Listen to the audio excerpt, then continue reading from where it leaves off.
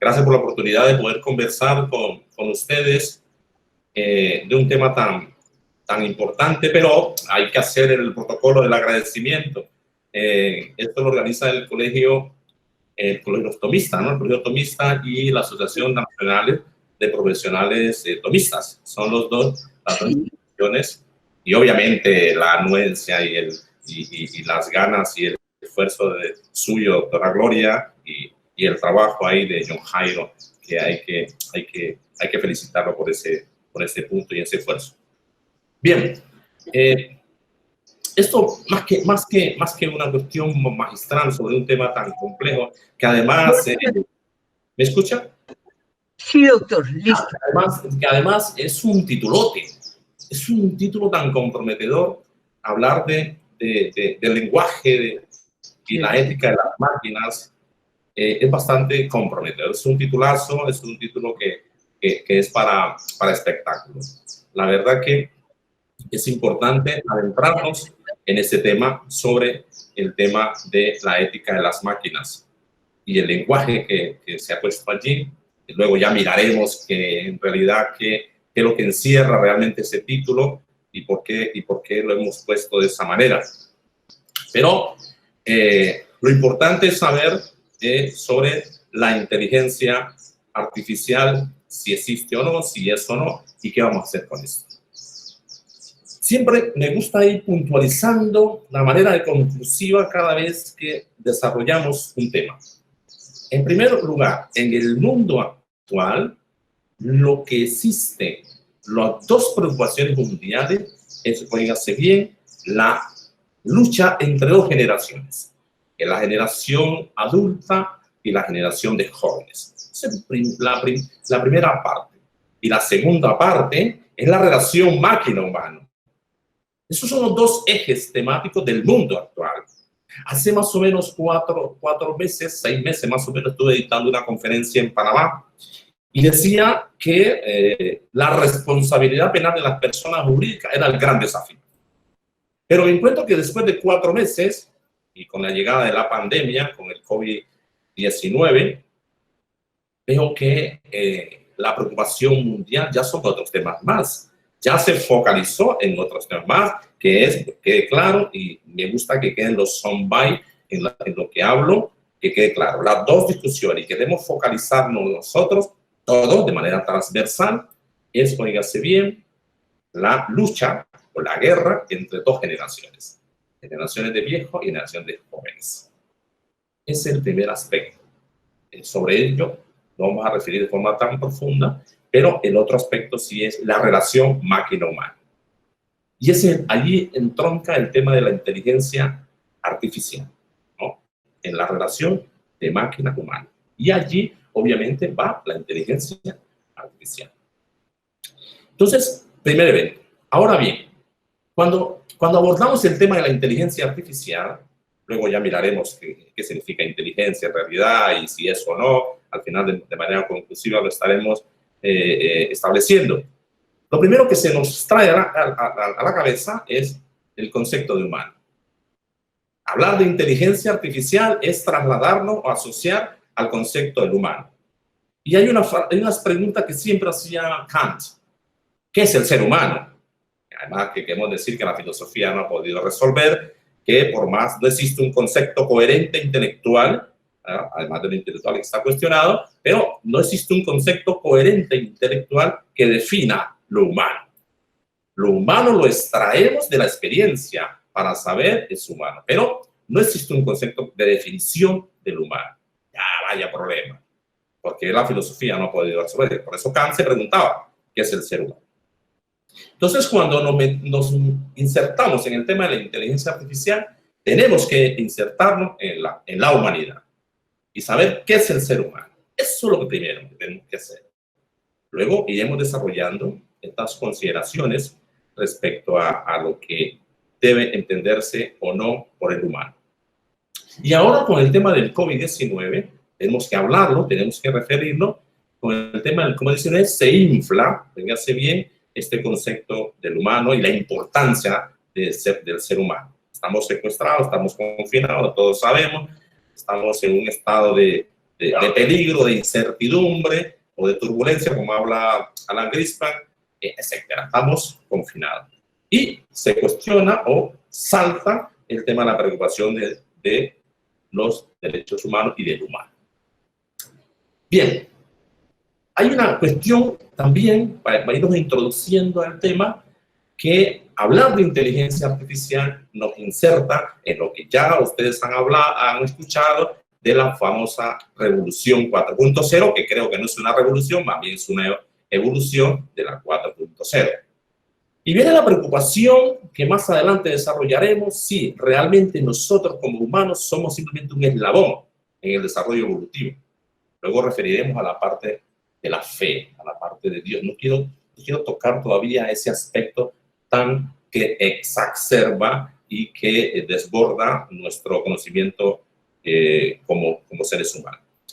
Pero lo que hablar de la inteligencia artificial nos asocia, que quede claro, los soundbites, quede claro, uno, el concepto del humano, y dos, lo que está de moda o la famosa revolución 4.0, que ustedes lo saben, son 9 mandatos, lo han escuchado por ahí, lo hemos vivido, lo tenemos allí, que hablan del cloud, habla del machine learning, habla de la Internet de las cosas, la robótica, la inteligencia artificial misma, etcétera, etcétera, que nos traslada y está generando la gran transformación que no la hemos advertido, la tenemos aquí.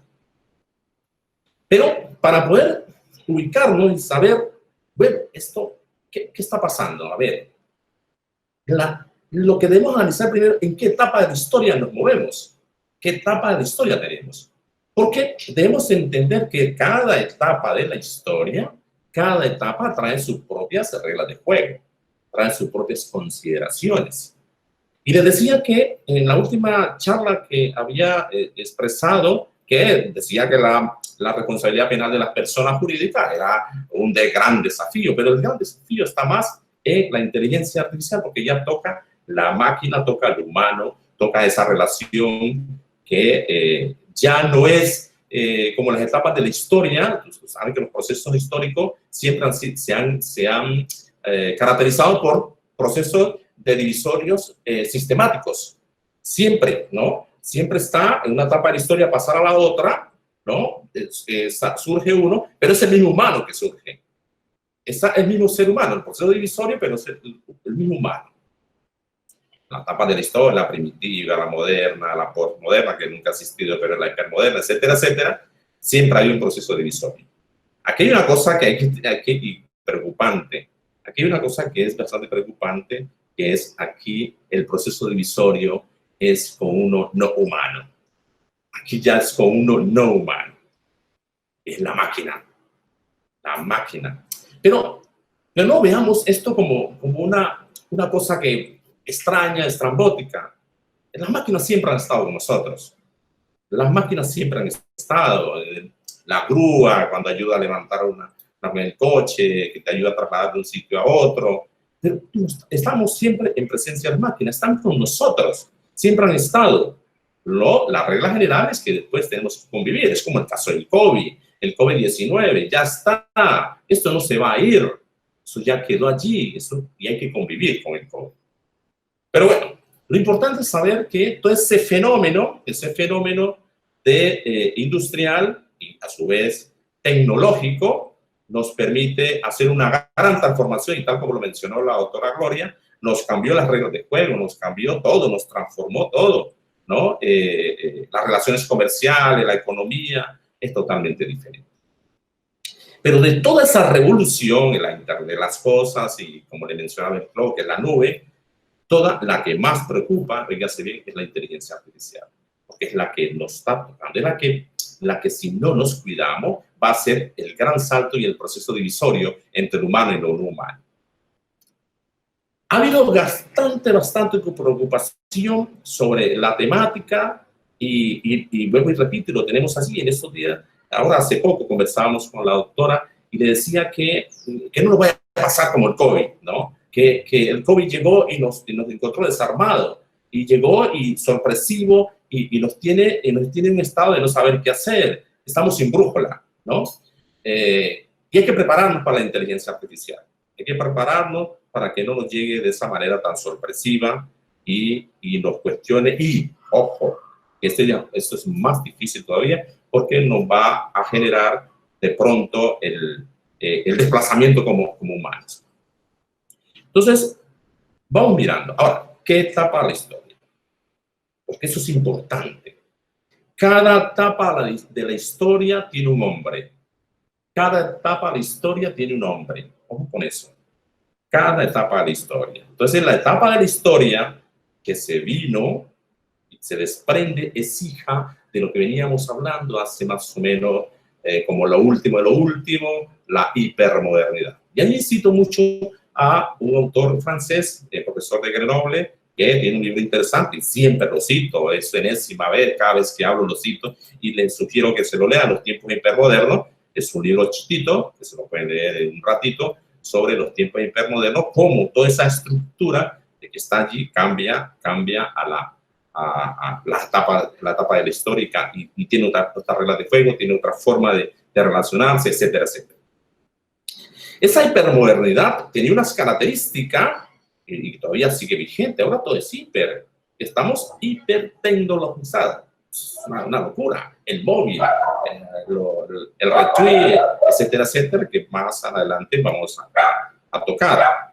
Pero la etapa de la hipermodernidad, quiero decírselas para que tocar a esta situación de la digitalización, esta situación de esta nueva etapa de la historia, esta situación de la inteligencia artificial. La hipermodernidad se caracteriza por varias cosas. Uno, es un fenómeno de vigente preocupación por los derechos humanos. La etapa en la que todo está preocupado. La globalización lo que permitió fue eso. Lo que le duele a alguien de China, le duele a alguien en Colombia, en la India, etcétera, etcétera. Preocupación de muchos organismos internacionales sobre la condición humana, los derechos humanos, etcétera, etcétera. Siempre cito los principios de Ruggie, de John Ruggie, quiero que lo tengan presente, sobre los principios rectores de la ONU, que por cierto les comento que esos principios van a tener más fuerza porque ya la Comisión, el comisario europeo, Didier, ha manifestado que tendrá que ser obligatoria la debida diligencia. Porque el tema de la autorregulación pues permite que cada empresa lo pueda hacer, las multinacionales lo hacen, si quieren lo hacen, si no lo hacen, ni les da la gana. Pero ya va a ser obligatorio, es decir, vamos de la cuna a la cuna, vamos al fondo. Empresa multinacional que no tenga una debida diligencia obligatoria no podrá ser multinacional y punto. No dejemos tanta discreción.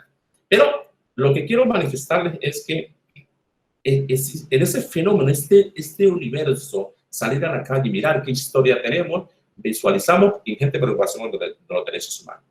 Otra característica, y que es bueno tenerla, porque es que en esta nueva era el tema de la inteligencia artificial va a ser fundamental, lo pragmático. El mundo es pragmático, el mundo es real, el mundo es del aquí y del ahora, de resolver problemas. El mundo tiene que resolver problemas. Y cualquier transformación que se haga, además que se discutió en Davos en el 2017 sobre que toda transformación tiene que tener ética, legitimidad y bien común. De hecho, hay una corriente grandísima de Christian Felber sobre el bien común.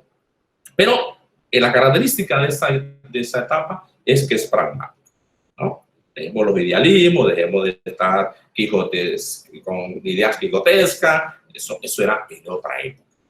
Este siglo XXI es un siglo XXI de discurso pragmático, de resolver problemas.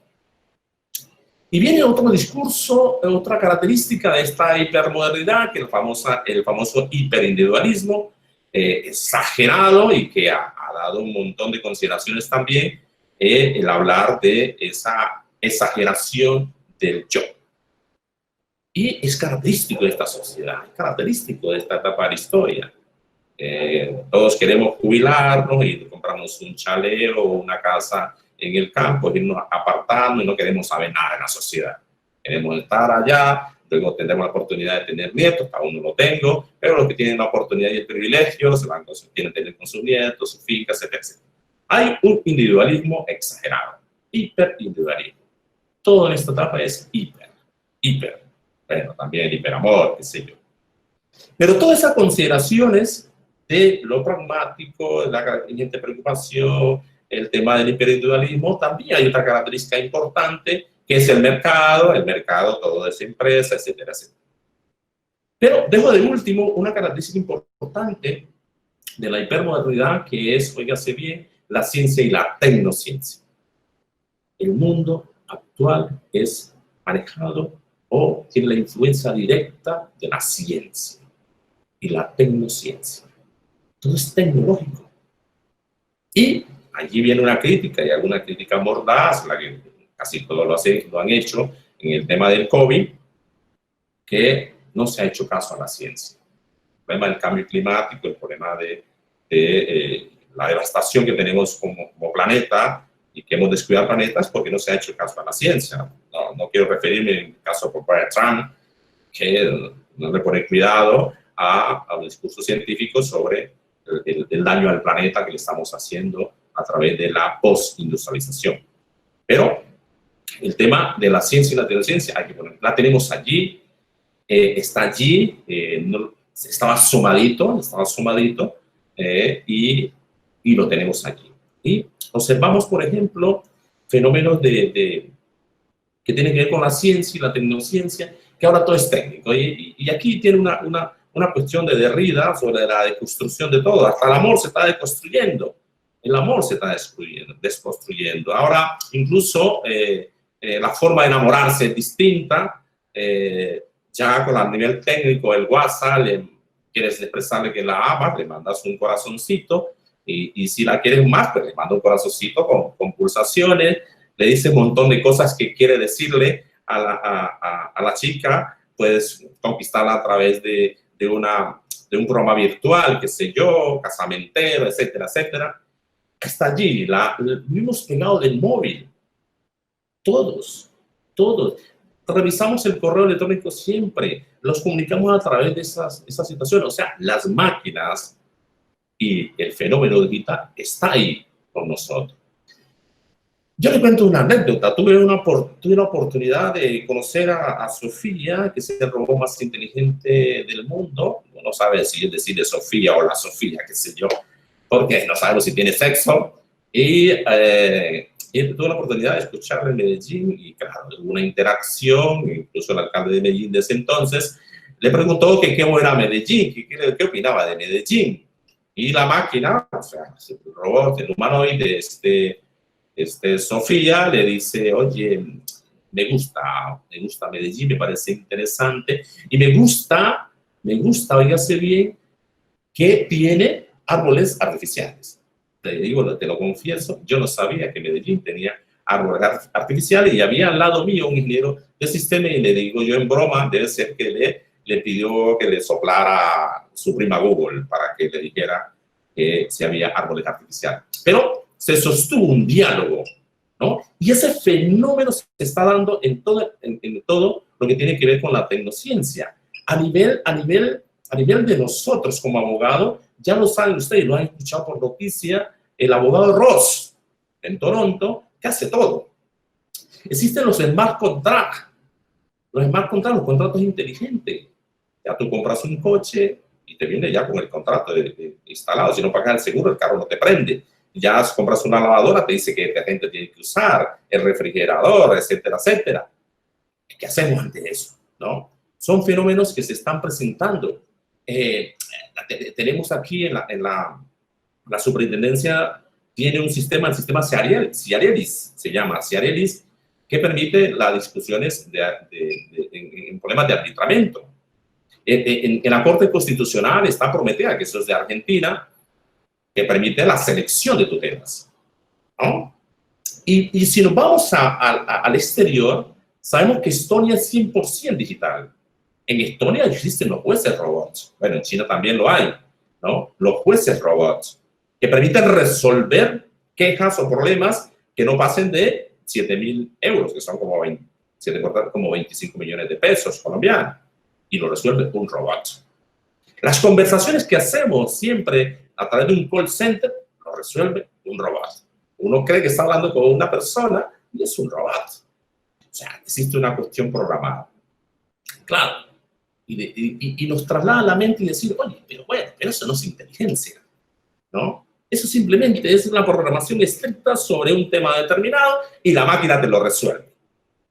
Bueno, allá vamos a ver hasta qué punto sea cierto, ¿no? Si podemos decir que aún así las máquinas todavía están en proceso de asimilar lo que nosotros somos como seres humanos, o bueno, llegarán a superarnos y llegaremos al momento que seremos irrelevantes. Si las máquinas nos superan, y hay una cosa que han escuchado por allí, no sé, a través del test de Turing, sobre cómo una máquina puede perfectamente confundir al ser humano. Cree uno que está hablando con una máquina, es un ser humano y es una máquina. Y todo ese fenómeno se da en el tema de la ciencia y la tecnociencia. Y hay muchos que ustedes a diario están viendo y bombardeados de consideraciones en torno a la tecnociencia. La inteligencia artificial es lo que nos ocupa, hace parte de ese avance tecnológico, hace parte de esos mandatos de la llamada Revolución Industrial 4.0, que en realidad es el tema de una evolución, yo diría más bien una evolución. Y en esto del COVID, yo quisiera, ¿por qué menciono tanto el COVID? Porque es que el COVID es la bisagra a pasar a la nueva etapa de la historia. El COVID es la bisagra a eso que estaba asomadito allí a través de la historia de la hipermodernidad, y uno de esos elementos, que es la ciencia y la tecnociencia, se erige y se convierte en la nueva etapa de la historia, que es la etapa de la era digital. Y quiero hablar del COVID. En el tema del COVID se acelera y empiezan a hablar fenómenos, teorías conspiradoras, teoría de filósofo, y de hecho se habla de que la hora de los filósofos. Yo no estoy de acuerdo. Yo no estoy de acuerdo porque la solución de los problemas no está a través de la filosofía, ni con la moral, ni con la dogmática. Los problemas se resuelven con inteligencia. Pero bueno, refirámonos, vamos a podemos referirnos a muchos filósofos que a raíz de este tema del COVID resurgieron. El mismo Riré, ¿no? Se escribe Zizek, pero bueno, se pronuncia Riré. Habla del reinvento del comunismo, de un nuevo comunismo. Está el mismo Byung-Chul Han, que es surcoreano, por ahí 30 años en Alemania, Salman, ¿no? Habla del hipercapitalismo, y muchos autores, Chomsky, y todos hablan de esas teorías sobre la cuestión del humano, el mundo diferente que habla Yuval Noah Harari, la vigilancia de piel, ¿no? La crítica a Bill Gates del chip, de implantarle un chip que sea fenómeno contra el COVID, etcétera, etcétera. Pero la idea básica, oígase bien, es entender que esas teorizaciones que son filosóficas, y yo digo más bien que son Nostradamus, ¿ya? Y aquí viene un punto importante para poder analizar esta etapa histórica y poder entender el tema de la inteligencia artificial. Ojo con eso. El tema no es filosófico. Hombre, la filosofía es importante, ha marcado una etapa de la historia, fue la Cenicienta del siglo XX y de muchos siglos atrás, eso es cierto. Pero el siglo XXI no puede estar dentro de ese criterio de como papel central. No estoy desechándola, estoy diciendo que no ocupa el papel central. Esto no es la hora de los filósofos. Esta es la hora de buscar la solución de los problemas. Esta es la hora pragmática. Esta es la hora de la inteligencia artificial. ¿Pero para qué? La hora digital, para solucionar los problemas del hombre. Que la inteligencia artificial, que la tecnología esté al servicio del hombre y no del hombre al servicio de la inteligencia artificial. Ojo con eso. Esas teorizaciones, y salen también teorías conspiradoras, que es que el nuevo orden mundial, que es que la razón de la 5G, todas esas consideraciones que han salido permiten entender que por ahí no es, ¿no? El tema de la 5G, el tema de que es una megacorporación, todas esas posturas, lo que arrastra es a lo que ustedes conocen como la idea de un mundo distópico. Y en el mundo distópico está referido, por ejemplo, de 1984 a la obra de Orwell, Big Brother, ¿no? La supervigilancia, la hipervigilancia, que ahora vamos a estar controlados, existe esa esquizofrenia, que vamos a estar controlados, que nos están viendo, que ya nos están vigilando, etcétera, etcétera. O mejor, el trato, la obra que más bien es más aterrizada, la obra de Aldous Huxley, que se llama Un Mundo Feliz. Y ya, es la misma vigilancia, es la misma prácticamente esclavitud, es la misma Big Brother, pero feliz.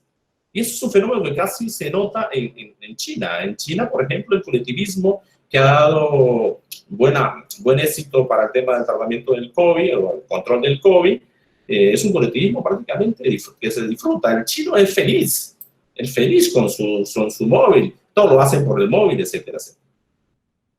Entonces, lo que queremos entender es que todo este fenómeno está allí y llegó para quedarse y no tiene retorno. Y tenemos que nosotros, para evitar ser irrelevante, relacionarnos. Tenemos que ir adelante, tenemos que regularla, y eso es lo que falta. Bien, pero la discusión de la inteligencia artificial revive la discusión del ser humano, del humano, que se ha perdido, ¿no? La discusión del COVID entre los viejos y los jóvenes. El COVID atacó a las personas de adulto mayor, y hombre, ya ha sido devastador, ha sido perverso, y da a entender como si todo fuera programado, ¿no? Que si todo fuera así, aunque ahora eso toca a todo el mundo, pero en su momento se dio, y eso es lo que va a existir, una generación, una lucha entre generaciones. El millennials, el centennial, y bueno, y lo que van a salir, se cree más listo que nosotros que estamos rayando los 50 y algunos más que están escuchando un poco más, se creen listo, pero es que ya tienen todo listo, ¿no? Pero esa es una discusión, y allí va a estar focalizado en saber si es importante o no el adulto mayor. Yo creo que he creído siempre que es lo humano de que las personas que le han dado mucho a uno, hombre, se dé una justa correspondencia. Bien, entonces, hasta aquí diríamos, bueno, sí, estamos hablando de muchas cosas y no hemos hablado tanto de las máquinas, hemos criticado la filosofía, hemos criticado los dogmas, hemos criticado que no hay que ser tan idealista, etcétera, etcétera. Pero llega el momento de preguntarnos, bueno, pero bueno, sí, está bien, pero ¿qué somos? ¿Qué es lo que somos nosotros? ¿Y qué somos nosotros? Somos humanos. Somos humanos que creamos máquinas. Somos humanos que tenemos que utilizar las máquinas para que nos sirvan. Si hay un robot y lo ponemos a que nos haga una labor doméstica, es que hay oportunidad de que podamos conversar, que haya oportunidad mientras la máquina trabaje y nosotros podemos. Pero el problema es cuando esa máquina supuestamente a través de unos algoritmos piensa. Ahí está el problema. Cuando ya dejamos la dejamos a la luz. Hay dos fenómenos bastante trascendentales o que marcan la pauta y que ya nos preocupa el tema de la inteligencia artificial, dos fenómenos importantísimos. Cuando la máquina, un software de IBM, se llama Deep Blue, le gana en partida de ajedrez, fíjense bien, a Garry Kasparov. A la segunda parte le gana. Claro, el boom, en el año 1997, el boom, la inteligencia artificial supera al hombre. La inteligencia artificial, valga la redundancia, es más inteligente que el hombre. Y le cuento un chisme así, a manera de broma y de extensionar un poco. En mi viaje, estoy imaginando, en mi viaje interplanetario, estuve por allá visitando una galaxia y el rumor, el chisme que escuché en esos planetas que visité es que en la Tierra, oíganse bien, estamos creando máquinas que son más inteligentes que nosotros. Ese es un chisme que hay allá en los planetas. Eso es lo que tenemos que tener cuidado, porque al final las máquinas nos pueden dominar, ¿no? Y tenemos que armonizar, pero tenemos que vivir con las máquinas. Y la conclusión final es que a las máquinas tenemos que darle lo humano. Las máquinas tienen que ser humanas. Esa es la cuestión de la pregunta. El segundo fenómeno que abre la preocupación es un software de AlphaGo. No sé si han escuchado ustedes que en la parte oriental, en China, surge en China, luego se desarrolla en Japón y algunos países, hay un jueguito que se llama Go.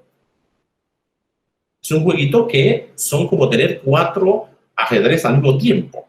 Es una cosa de locos, ¿no? Es una cosa, dicen que es muy sencillo, yo nunca lo he jugado, pero dicen que es muy sencillo, pero conceptualmente es muy difícil. Son movimientos póngale, de 10 a la 170, una cosa, una locura.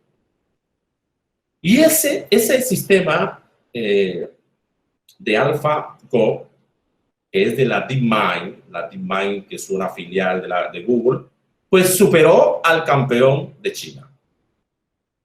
Claro, ¿cómo se imagina cómo hizo esa máquina, esa inteligencia artificial de software para dominar cuando es un juego que es de creatividad? Ojo con eso. El ajedrez es un juego de análisis. Hasta ahí nos aguantamos, ¿no? Imaginamos, sí, bueno, la máquina, como decía Kasparov después, oye, es que lo programaron, los algoritmos lo programaron y no hicieron trampa, qué sé yo. No, pero es análisis. Un juego de ajedrez, los que hemos jugado ajedrez y hemos jugado. Creo que estaba comentándoles que la bisagra o el punto de partida o los dos fenómenos importantes de mayor preocupación, hombre, estamos bien con la máquina mientras nos ayuda a levantar las cosas, mientras podemos hacer el arroz con mayor facilidad. Bueno, yo soy poco cocinero, ¿no? La verdad, se me quemó un agua, pero he visto el coche, trasladarnos, el avión, etcétera, etcétera. Estamos muy comoditos con las máquinas, el móvil, el acceso, el WhatsApp, podemos conversar, podemos mandar imágenes, podemos enamorar, podemos hacer una serie de cosas. Y claro, estamos muy cómodos, está ahí todo bien. Pero cuando vienen dos fenómenos importantes en el mundo, que es que contaba del software de IBM, que es el Deep Blue, ¿no? Que le gana en una partida al campeón del mundo, Garry Kasparov, y ahí ya preocupa, ¿no? Preocupa pues que ustedes saben que el ajedrez es un juego analítico y bueno, entonces la primera conclusión que les decía era que ya la preocupación está allí porque la máquina ya analiza. Miércoles, la máquina está analizando. Y luego viene otro fenómeno importantísimo que les decía, que ustedes lo han visto, que es el AlphaGo, que es un software que viene de la DeepMind, que es una filial de Google, en la cual le gana al campeón de China de ese juego Go y le explicaba y les hablaba del juego Go, que es un jueguito que de muchos movimientos, casi de 10 a 170 elevado de movimientos, y es un juego muy complejo. Dicen que es fácil, pero es conceptualmente muy complejo porque se trata de estrategia, se trata de creatividad, se trata de intuición, y la máquina, en este caso el software AlphaGo, le gana al campeón y claro, ya empieza a preocuparnos y nos traslada la imagen de decir, oye, entonces esa máquina ya están pensando, analizan y ahora son creativas. Entonces es de preocuparse porque ya están haciendo lo que nos diferencia de las máquinas. Lo que nos diferencia de las máquinas es la inteligencia humana. La inteligencia humana, ¿qué es?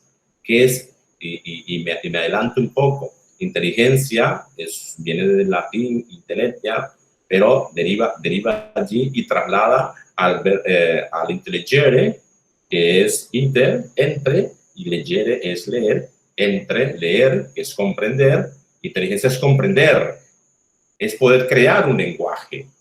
Inteligencia es conciencia emocional. Inteligencia, ¿qué es? Inteligencia es resolución de problemas, es resolver problemas, es creatividad. Y eso es lo que tenemos nosotros y todavía nos blinda frente al fenómeno de la inteligencia artificial. Pero ya ese fenómeno de el análisis que hace la Deep Blue y la creatividad o intuición que hace el software AlphaGo, pues ya nos preocupa. Alguien dirá por allí, lo dice mucha gente, expertos en el tema, que mencionan que simplemente es la programación sobre algo concreto. Pero Si trasladamos todo ese fenómeno a nuestra disciplina, pues obviamente el cambio va a ser generacional, como les comentaba el abogado Ross, les comentaba, por ejemplo, en Dubái hay policía robots, les comentaba que en Colombia está el Ciarelli, el sistema, el Prometea para selección de tutela, el Prometea que hay en Argentina, el abogado Ross que resuelve, lo que pasó con Watson, ¿no? Que tiene la capacidad de dar y acertar casi un 90% sobre un caso determinado, con mayor capacidad como un abogado. Le hablaba de lo de Marc Contrat, etcétera, etcétera, que permite, oígase bien, y nos preocupa, ya que podamos, como al paso que vamos, estaremos siendo irrelevantes y podemos ser irrelevantes, y eso es lo peligroso.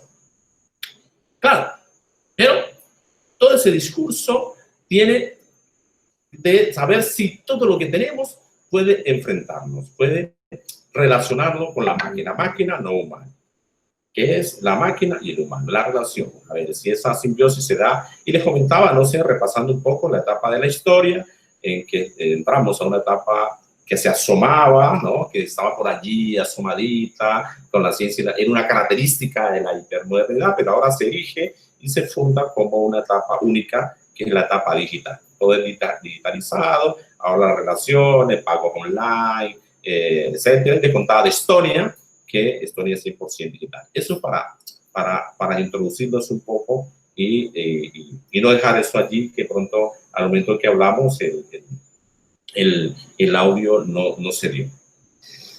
Bien, hay muchas cosas que podemos ir señalando. Él les hablaba del COVID, que el COVID lo que hizo fue acelerar todo, les hablé de las teorías conspiradoras, el tema de los filósofos, el tema de muchas teorizaciones alrededor, pero en qué sentido es pragmático y el que más se acopla a esta era digital.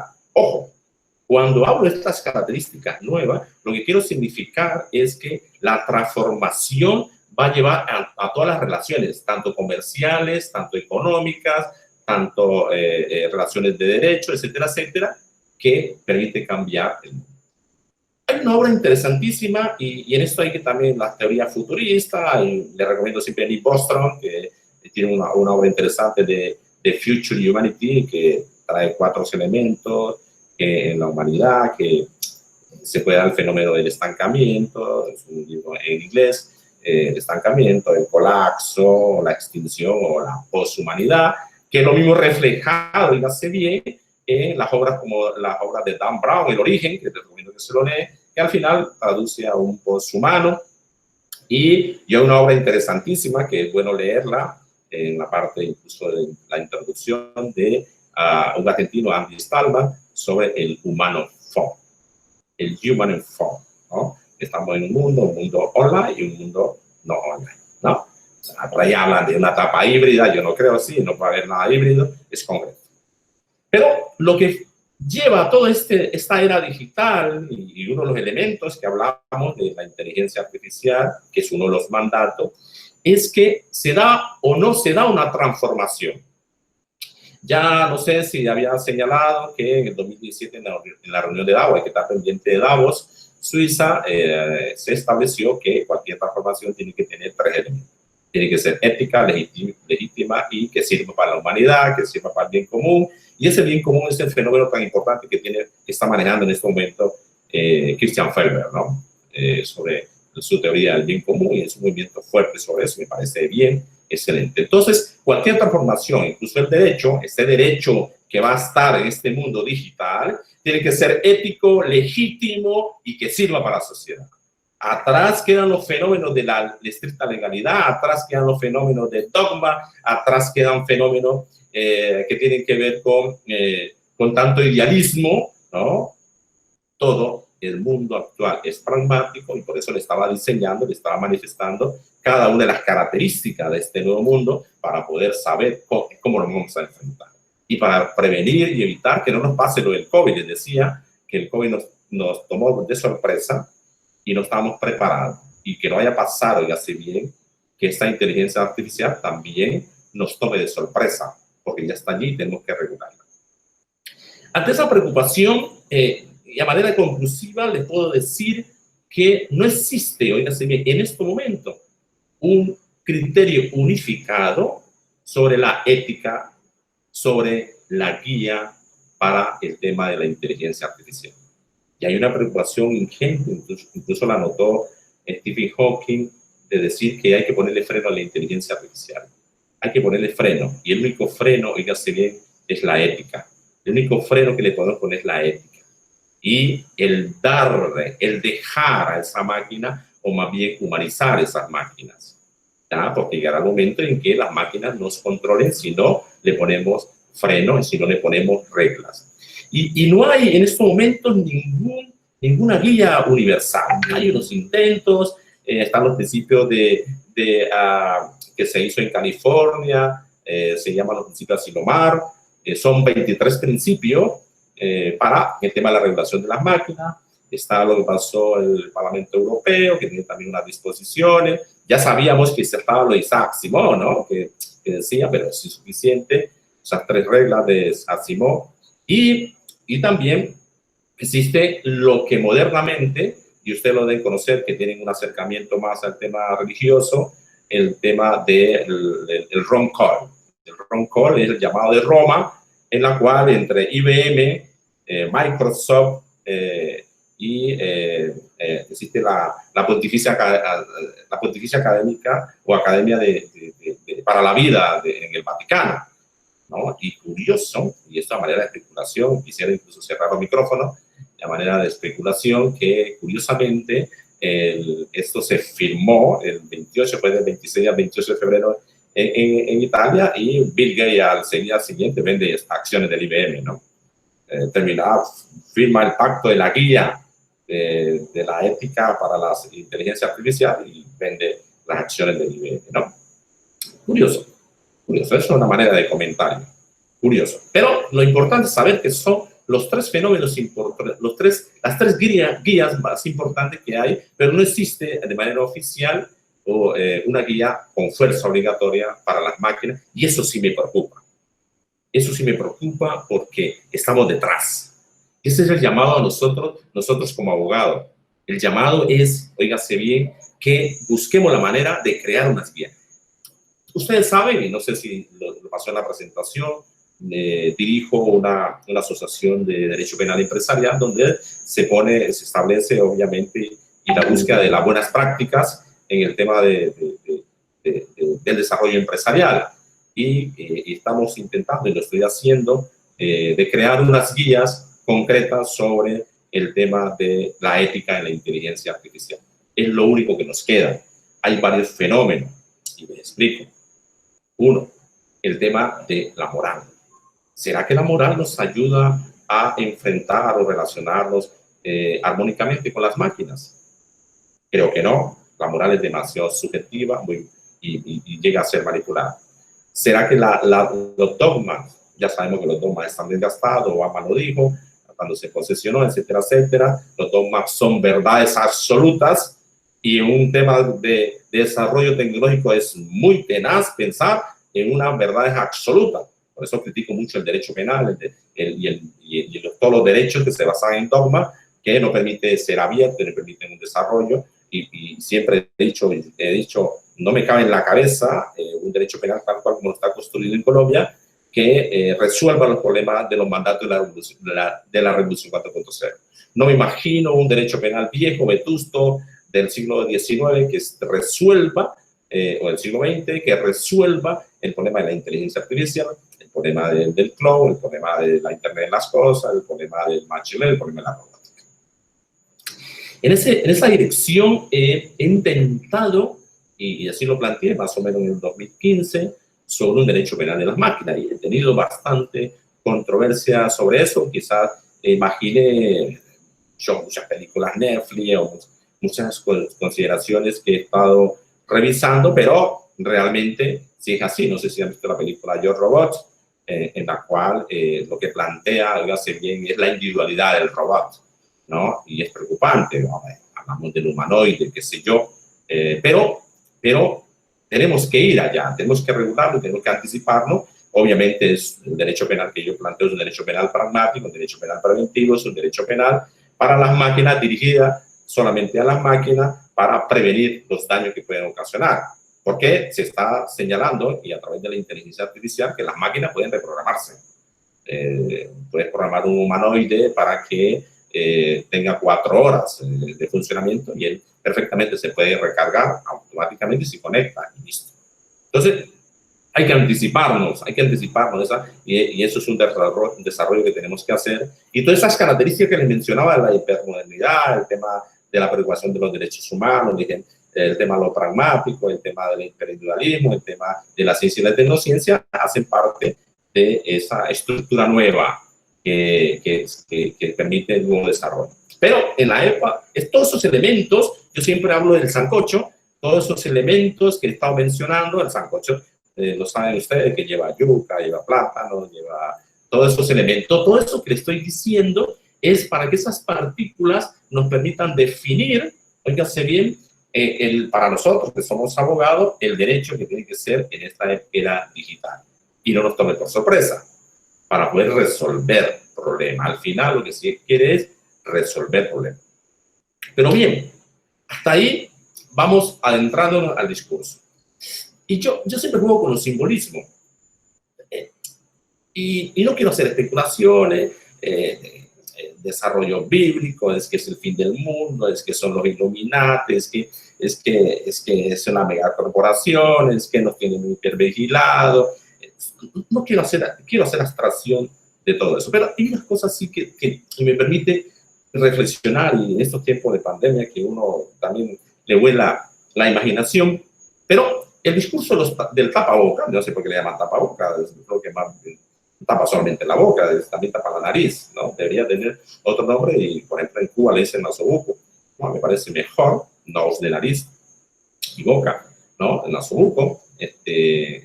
Pero el tapabocas, ¿qué es lo que lleva? Fíjense bien los fenómenos. El tapabocas lo que lleva es que ya no va a haber sonrisa.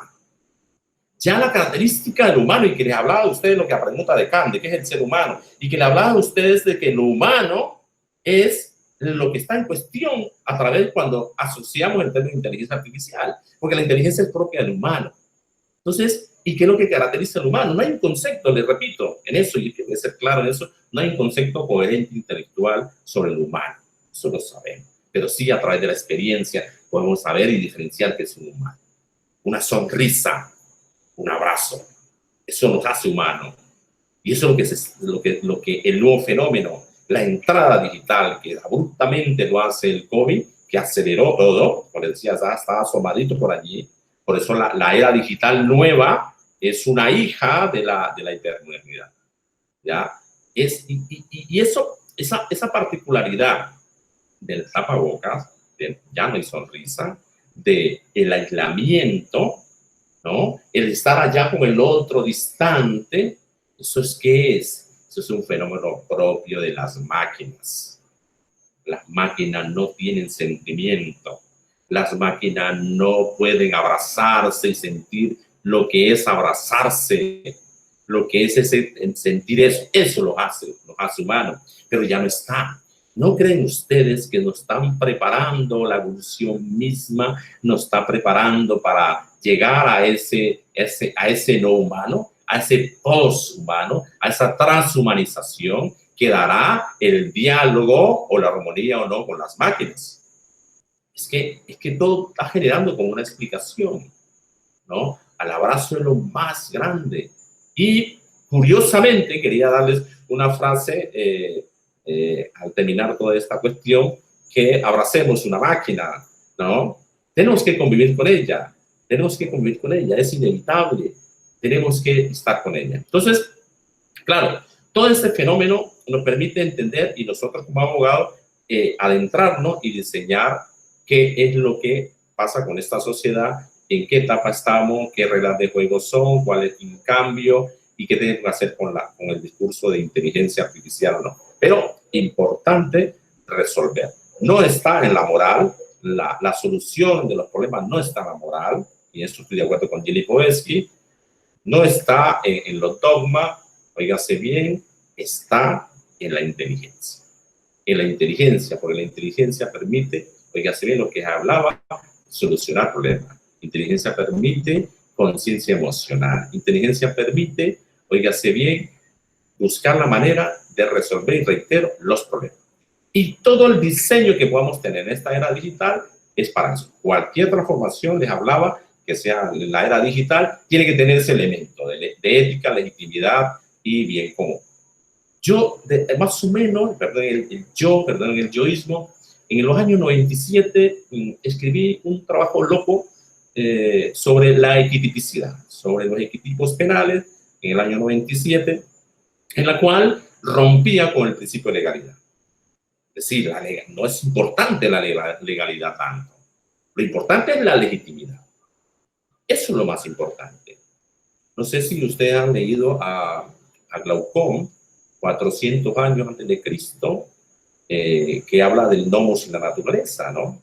Que habla de lo justo, lo injusto, lo justo, lo correcto, lo bueno y lo justo para la naturaleza, no siempre es lo bueno, no siempre es lo justo para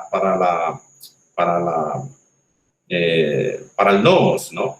Entonces, a ver, no siempre lo legal, fíjense bien, no siempre lo legal es lo justo. Entonces, ese fenómeno de lo justo, lo bueno y lo justo para la ley, no siempre es lo bueno y lo justo para la naturaleza. Mire cómo está el tema del COVID, ¿no? Y la teoría más acercada es que el problema del COVID, el problema del virus, o los virus, que son como 1.600.000 que tenemos, eso se debe al maltrato y la poca conciencia que tenemos con el planeta. Pero, oígase bien, lo importante es que en esa relación del hombre y la máquina le dejemos lo humano a la máquina. Y es el humano que nos resalta. Entonces, todos esos fenómenos que caracterizan la experiencia del humano, que les mencionaba, la única que nos queda es la ética. La ética, bueno, entonces, ¿qué es la ética? Pero tú estás diciendo cosas, ¿sí? Es que la ética es un discurso filosófico, sí, puede serlo, pero hablamos de la ética para este tiempo. Y la ética, al final, ¿qué es? Es no hacer sufrir al otro. Es no hacer sufrir al otro. Y hay una cosa que quiero adentrar un poco y que genera mucha discusión cada vez que converso sobre estas particularidades, que es el tema de la moral y el fenómeno de los dilemas. Y hay un dilema que es famosísimo de los filósofos, el dilema de tranvía. Ahora se ha traducido al tema de los coches autónomos y se habla de la machine moral. La machine moral, la máquina de la moral. Y claro, permite entender si saber, y que les digo una cosa, la filosofía no ha podido resolver los dilemas, y saber cuál es la resolución de esos problemas, de esos dilemas, ahí está, si sabemos que la respuesta o cómo adaptarnos a esta nueva etapa es en la filosofía o es en otra parte. Y viene la consideración, y les pongo, son 3 ejemplos, y le pongo un ejemplo ahí al azar. Va el coche autónomo, recoge a la persona, va en el coche, y resulta que hay una persona, una embarazada al frente. Y tiene la opción, o bien mata a la embarazada, o se corre y choca y mata al pasajero. Hicieron una encuesta en el 2015, si comprarías un coche, un carro, en la cual tuvieras la opción de decidir que a ti se salvara siempre. Y todos afirmaron que sí. Te compra un coche que el software, el algoritmo, lo salva usted primero antes que nada. Pero les pongo una cuestión, la filosofía, la discusión, Stuart Mill, el mismo Kant, pueden plantear cualquier hipótesis de discusión y llegará el momento en que no se van a poner de acuerdo. Otro fenómeno, va el coche con el pasajero y tiene la opción, va pasando 3 personas adultas mayores y acá van pasando 3 niñas. El algoritmo dice, mato a las niñas o mato a las adultas mayores o salvo al pasajero. Dirá alguien por allí, no, maté al pasajero. Dirá por ahí, no, a las niñas no, que no han vivido nada. El otro dirá, oye, no, maté a las ancianas que ya vivieron mucho tiempo. Y ahí viene la cuestión de la ética. ¿Acaso por ser viejo tienen que eliminarme? ¿Acaso por ser viejo tengo que ser estorbo para la sociedad? ¿Acaso por ser viejo ya no soy productivo para la sociedad? Tampoco. Entonces viene esa importancia de decidir quién es. Claro, es imposible. Otro fenómeno, va el coche también de la misma manera, van 3 exconvictos y van 3 niños. ¿Salvamos a quién? Ah, mira, alguien por allí, con un consecuencialista, dirá, ah, no importa, salvemos a los niños, al fin y al cabo son unos delincuentes, que se mueran. Tampoco es. Porque esas personas también tienen hijos, esas personas son hijos de alguien, etcétera, etcétera. Entonces, la discusión se vuelve un poco tediosa y los dilemas no los puede resolver. Pero la explicación lógica es que lo que sí puede resolver es una gobernanza ética, una decisión política. Pues los coches que no pasen de velocidades de 30 kilómetros por hora, que haya buena señalización, que haya un control policial que evite que ese fenómeno sea decisión política. Por lo tanto, el traslado de esa figura acá, los problemas digitales que se están dando y que se van a dar con la inteligencia artificial, con el tema, lo que tiene que ver con lo que les decía de los coches autónomos, tiene que resolverse con decisión política, porque la filosofía no va a dar la respuesta y tampoco la moral lo vamos a conseguir, ¿no? Lo conseguimos desde el punto de vista de la ética. Y ahí está el problema. El problema está en saber los contenidos éticos, pero tenemos que adelantarnos. Tenemos que ir allá, tenemos que establecer principios. Y Colombia, nosotros estamos muy, pero muy atrasados. Muy, pero muy atrasados y no tenemos prevención o precaución de un tema tan importante que ya tenía que estar en la universidad. Mire lo que pasó con el tema del COVID. Llega inmediatamente, nos desestabiliza, claro, no estamos preparados y este fenómeno, esto que está pasando aquí, es por una máquina. Esto es un software que nos está permitiendo conversar. Y cuando usted coge el coche y se va para Bogotá y pone el GPS, las máquinas ya están conversando entre ellas. Es la máquina del satélite que le dice al GPS por orden tiene que ir. Conversan las máquinas. Ya está aquí. Entonces tenemos que prepararnos y tenemos que mirar. Yo los invito, de manera que no se cansón, hay muchísima cosa por discutir, demasiado, pero yo quisiera que este nuevo hombre de esta etapa digital, esta era digital que ya llegó sin retorno, que ya no tenemos alternativa, que ya no tenemos opción, nos permita, oígase bien, reinventarnos, desaprender para aprender, redactarnos y hacer uso de la creatividad para, oígase bien, para hacer más feliz al hombre y que este hombre de esta nueva era digital así tenga una relación armónica con la máquina y que la máquina solamente sea un instrumento de ayuda por más inteligente que sea. Y la pregunta que nos hacemos, todo ese fenómeno que les he explicado, que les he dicho, ¿será que es inteligencia o aún estamos lejos?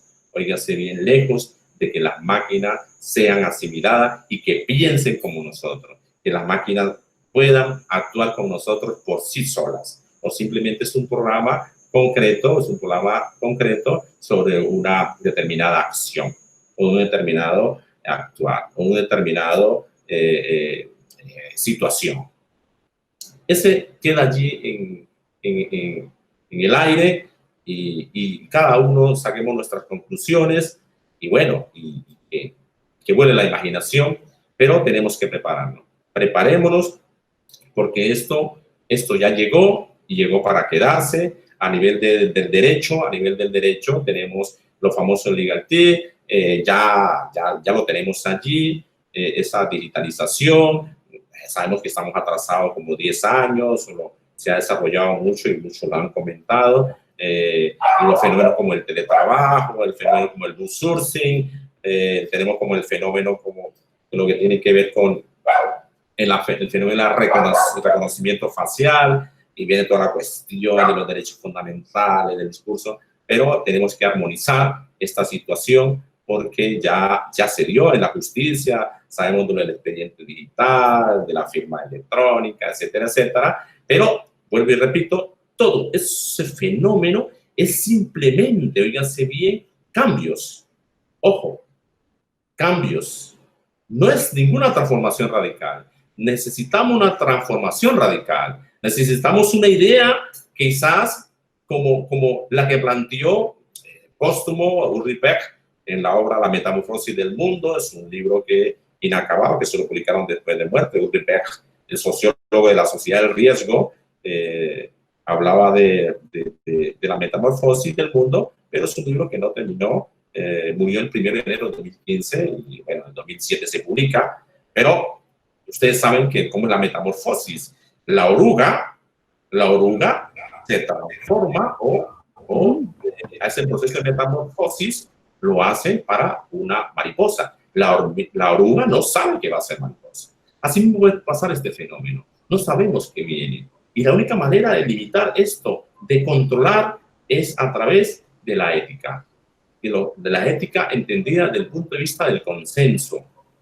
La moral está bien, la moral es muy subjetiva y la moral es la base para una construcción ética. Hay que establecer esa diferenciación. La ética es más real y tenemos que ser real. El mundo actual es real. Óigase bien, la inteligencia artificial es real y hay que atajarla. Bueno, todas las explicaciones que podemos establecer, claro, los ingenieros, el tema cuántico, todos esos fenómenos nos permiten entender que la idea, como nosotros como abogados, es que tenemos que ir adelante, tenemos que regular este tema de la inteligencia artificial. No vamos a ser irrelevantes. Óigase bien, lo humano se va a perder. Y tenemos que hacer, como lo decía el diálogo extraterrestre, que el chisme que hay, que estamos creando máquinas más inteligentes que nosotros. Y eso no es así y no puede pasar, ¿no?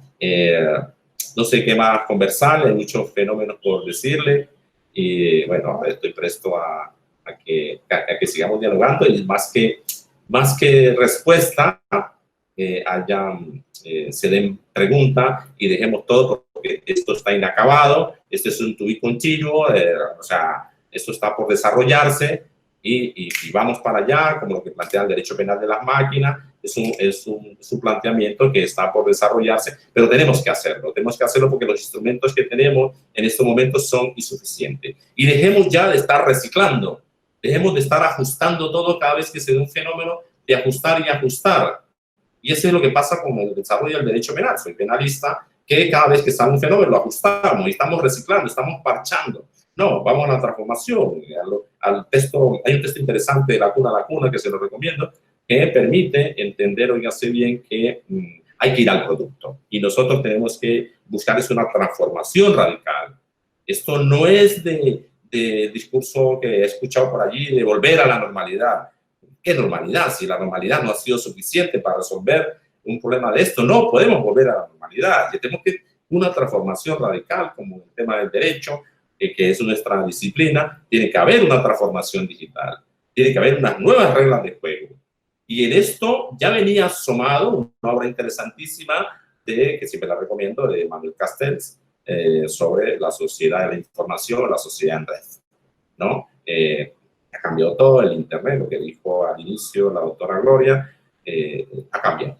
Hemos cambiado todo, pero tenemos que adaptarlo porque lo bonito y lo bueno del humano es que podemos y tenemos capacidad de corrección, tenemos capacidad de adaptarnos y este es el momento. Pero asistimos a una nueva era, la era digital, que es hija de la hipermodernidad. Es más o menos la cuestión, no sé, creo que podemos conversar, no sé, planteen cosas para aprender también de todos, ¿no? Esa es más o menos la idea, pero no olvidemos lo humano. Y hay una cosa que yo siempre no quise tocar, la parte de Dios, pero les recomiendo que el catálogo ético mayúsculo, mayor que existe, óigase bien, es los mandamientos de Jesús. Allí está el catálogo ético más importante del mundo. Y en este tiempo de pandemia que tenemos un miedo, que hay un miedo al otro, que hay una incertidumbre, que no sabemos, que estamos sin brújula, como les decía, y que da la razón a teorías como la de Bauman de la sociedad líquida, un poco gaseosa de Lipovetsky, es saber que no tenemos brújula. No tenemos brújula, no hay un poste de referencia. No hay, estamos nadando sin rumbo. Entonces, el fenómeno importante en estos tiempos de pandemia, a menos un poquito de fe. Un poquito de fe. En tiempos de pandemia, lo único que nos queda, y le digo la verdad, es recurrir al Supremo, recurrir al dueño de los mundos, que es Dios. Les recomiendo esa situación y un poquito de fe, porque no veo ninguna explicación por ningún lado que sea coherente y que determine este mundo. Creo, y con un poquito más de personificación al estilo de Einstein, cuando le preguntaban siempre a Einstein, oye, si cree en Dios o no, siempre era la pregunta recurrente a Albert Einstein, siempre le respondía, creo en el Dios de Spinoza, y saben que Spinoza es Baruch Spinoza, que era cultor de la naturaleza. Pero, independientemente de eso, era una teoría del todo, de la naturaleza confundida con la deidad. Nosotros, por fe, tenemos la imagen de Jesús, tenemos la imagen de Dios, y eso nos da fuerza. Y no digamos mentira, que nos da fuerza. Y en estos momentos de pandemia, recurrimos a Jesús, recurrimos a Dios, y nos da fuerza para seguir adelante. No existe teoría que demuestre su no existencia. Ojo, concepto intelectual sobre Dios no existe, pero sí sabemos manifestar. Como le preguntaron una vez, no sé, hay una canción de tantas cosas bonitas que decía Pablo Milanés sobre el amor, ¿no? Ve a la autopsia de tu madre y háblele el corazón tan grande como te amó, no lo vas a encontrar, ¿no? El amor y como dijo Einstein, es la quintesencia que hemos inventado y hemos llegado a la Luna y vamos a llegar a Marte y luego a otros planetas y hemos hecho de todo, tenemos el móvil, podemos conectar, videollamada, qué sé yo, podemos llegar a hacer todo, pero el amor no lo tenemos.